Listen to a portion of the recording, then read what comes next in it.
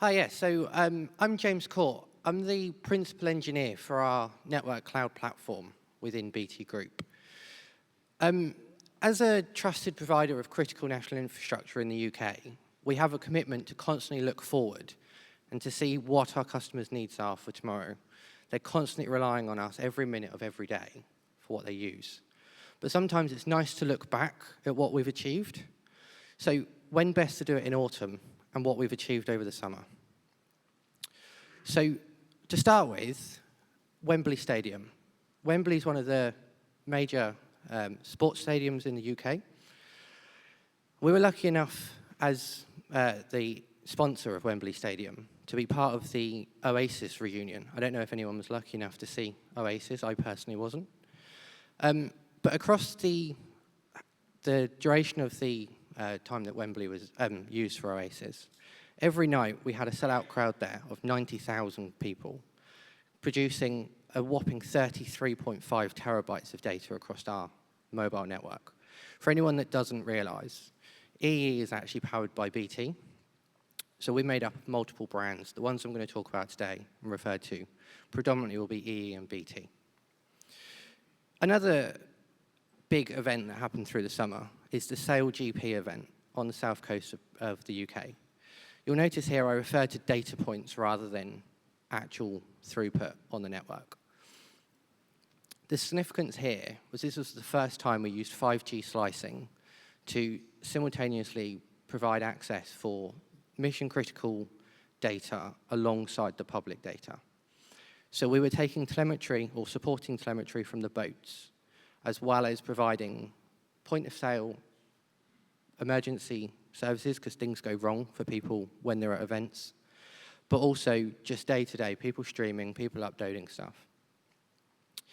And then finally, Cheltenham. We support a lot of events across the UK, as you would imagine, often with places like Glastonbury, where we have multiple sites there normally, but for the duration of the event, we'll stand up additional temporary sites. Cheltenham's no different. But why do I mention it?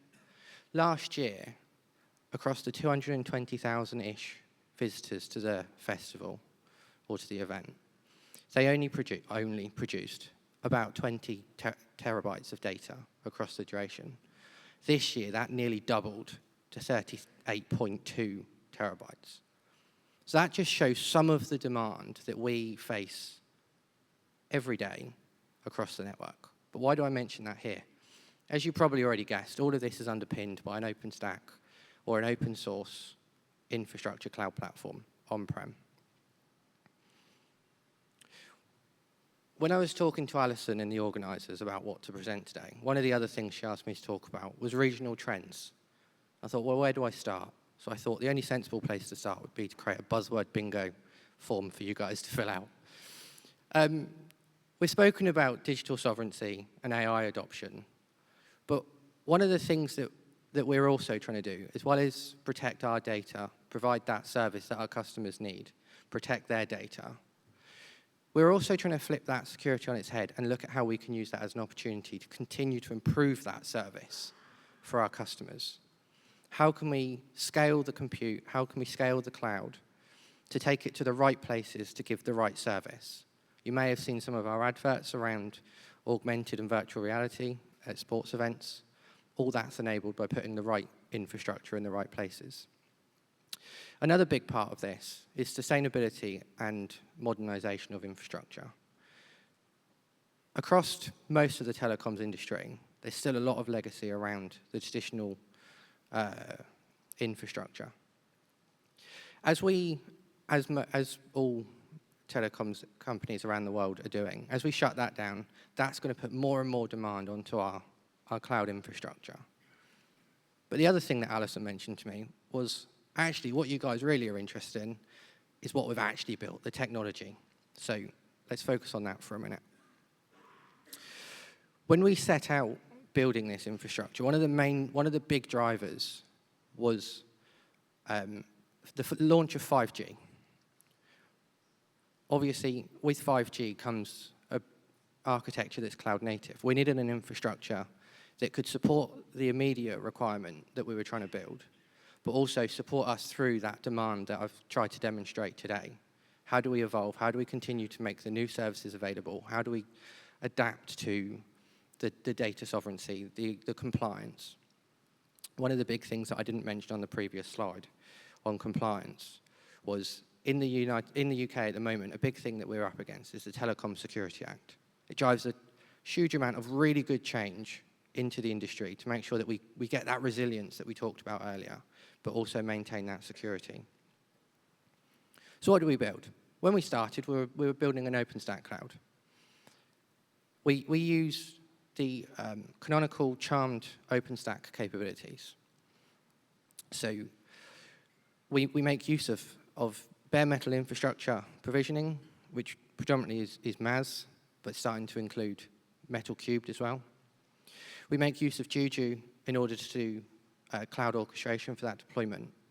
But one of the big benefits of using an open source solution over other options which were out there, whether we like to mention them or not, was the flexibility that it gave us, the options that it gave us. We were able to introduce all of the other visibility, compliance, monitoring, logging, all that good stuff that we need to run that critical national infrastructure.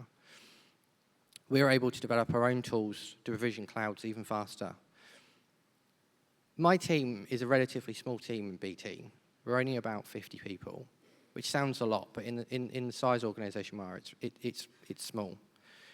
We actually, I think it was about last year, we actually got to the point where we have more clouds than we do engineers. So we can't no longer have people looking just at the infrastructure all the time. So it was really important that we gave people that user experience that we need.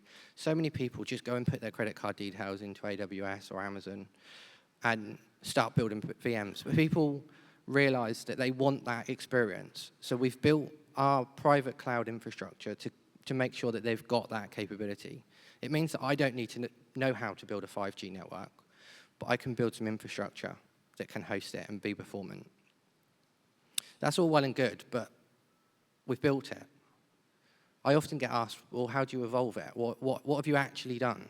We've managed to swap out major software components, upgrade them, go through multiple versions of OpenStack across the sort of last 5 or 6 years that we've had this. We've swapped out our SDN layer.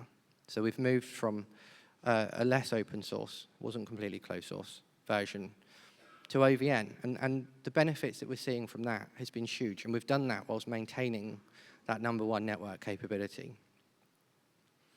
But that obviously needs to support what the use cases are tomorrow.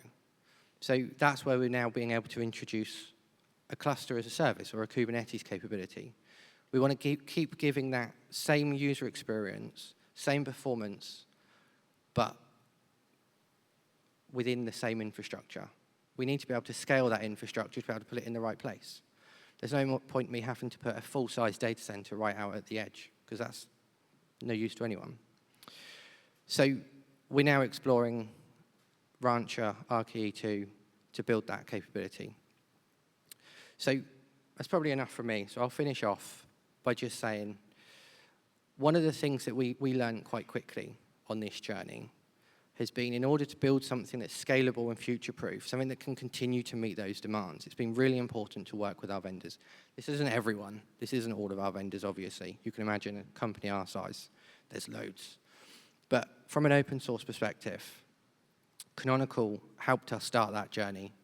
They're continuing to support us on it. SUSE are now there with it as well. But what was really important to us, what we realized, was the importance of changing that mindset. We needed to embrace that open source mindset. We didn't want to just use the technology and consume it. We wanted to build that relationship. We wanted to have that as more of a partnership with these vendors so that they can support us and give them back, but also so that we can then continue to evolve and meet the future requirements. Thank you very much.